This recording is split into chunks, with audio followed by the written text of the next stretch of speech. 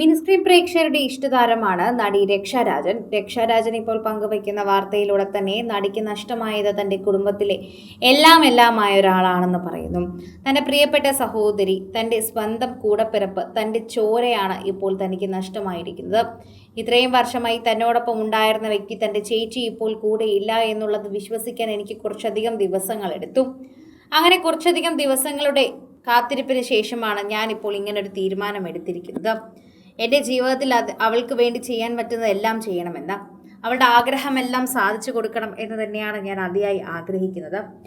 ഈ വേദന എനിക്ക് താങ്ങാൻ കഴിയുന്നതല്ല. ഞാൻ എൻ്റെ ജീവിതത്തിൽ ഒരിക്കലും പ്രതീക്ഷിച്ച ഒരു വേദനയല്ല.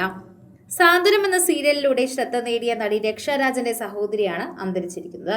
ഇപ്പോൾ അന്തരിച്ച് 2 ദിവസമായിട്ടുണ്ടെങ്കിലും ദിവസങ്ങൾക്ക് ശേഷമാണ് ആ വേദന പങ്കിടുന്നത്. അന്നിതൊന്നും പറയാൻ പറ്റുന്ന മാനസികാവസ്ഥയിലല്ല. ശരിക്കും പറഞ്ഞാൽ ആരൊക്കെയോ എന്നോട് എന്തൊക്കെയോ ചോദിച്ചു, എന്തൊക്കെയോ പറഞ്ഞു. എനിക്ക് കൃത്യമായ മറുപടി ഒന്നും നൽകാൻ സാധിച്ചിട്ടില്ല എന്നുള്ള കാര്യം 100% ഉറപ്പാണ്. അതവരൊക്കെ മനസ്സിലാക്കുമെന്ന് കരുതുന്നു. നിങ്ങളിൽ കുറേ പേര് എനിക്ക് മെസ്സേജ് അയച്ചു. എനിക്ക് തിരിച്ചൊരു മറുപടി അയക്കാനും പറ്റിയില്ല. ശരിക്കും പറഞ്ഞാൽ തോന്നിയില്ല. അതാണ് സത്യം. ഞാൻ എന്ത് അയക്കാനാണ്? ഞാൻ ഓക്കെ ആണെന്ന് അയക്കണം? ഞാൻ എന്ത് പറയണം?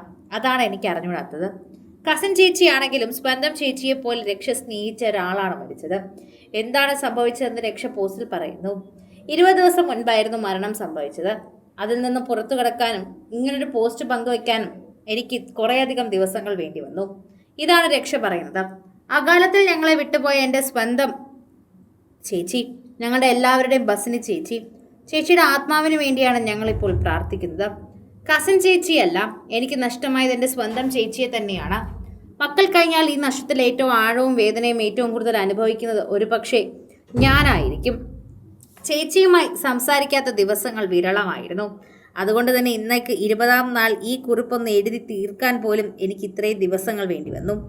ചേച്ചി എന്നോട് പറഞ്ഞ ആഗ്രഹങ്ങൾ സാധിച്ചു കൊടുക്കാൻ കഴിഞ്ഞു എന്നത് മാത്രമാണ് ഇപ്പോഴുള്ള എൻ്റെ ഒരു ആശ്വാസം.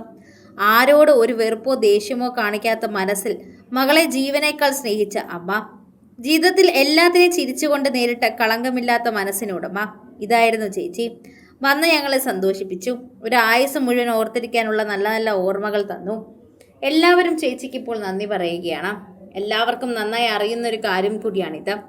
വന്നു, ഞങ്ങളെ ചിരിപ്പിച്ചു, സന്തോഷിപ്പിച്ചു, ഞങ്ങളോടൊപ്പം നിന്നു, ഒരുപാട് ഓർമ്മകൾ തന്നു.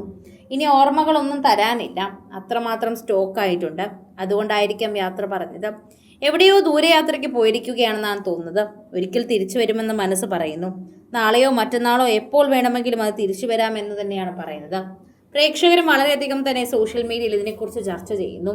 രക്ഷയ്ക്ക് സംഭവിച്ച ഈ ഒരു വേദനയോടൊപ്പം ഞങ്ങൾ നിൽക്കുന്നുവെന്നും കുടുംബത്തിനോടൊപ്പം ഞങ്ങൾ നിൽക്കുന്നുവെന്നും പ്രേക്ഷകർ എഴുതി ചേർക്കുകയും ഒപ്പം പ്രാർത്ഥനയിൽ പങ്കെടുക്കുകയും ചെയ്തിട്ടുണ്ടായിരുന്നു.